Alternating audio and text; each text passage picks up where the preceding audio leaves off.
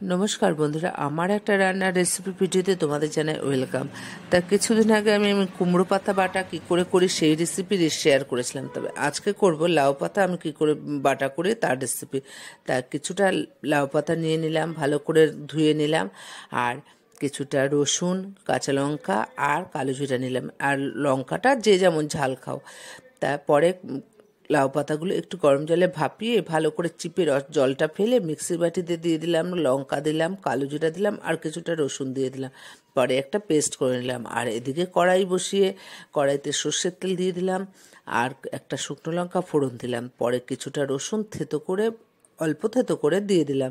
আর এই জায়গাটা যারা রসুন বেশি না খাও তারা এই জায়গাটা স্কিপ করে যাবে। তারপর রসুনগুলো ব্রাউন কালার হলে পরে মিক্সিতে বাটিতে পেস্ট করে রাখা পাতাগুলো ওটা ঢেলে দিলাম। পরে নুন দিয়ে দিলাম আর হলুদ দিয়ে দিলাম। পরে অনেকক্ষণ ধরে কষালাম, কষিয়ে যে শুকনো শুকনো হয়ে আসবে তখন 1 চামচ চিনি দিয়ে দিলাম। চিনিটা দেওয়ার মানে হলো একটু নুন, ঝাল আর একটু মিষ্টির ব্যালেন্সটা ঠিক করা।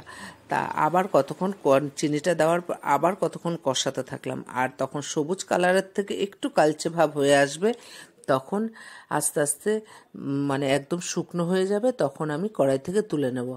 আর দেখো বাটাটা আমার রেডি। গরম গরম ভাতে এরকম বাটা হলে আর কিছু লাগে না। আমার মতন এরকম কে কে এরকম বাটা বুটি ভালো খাও।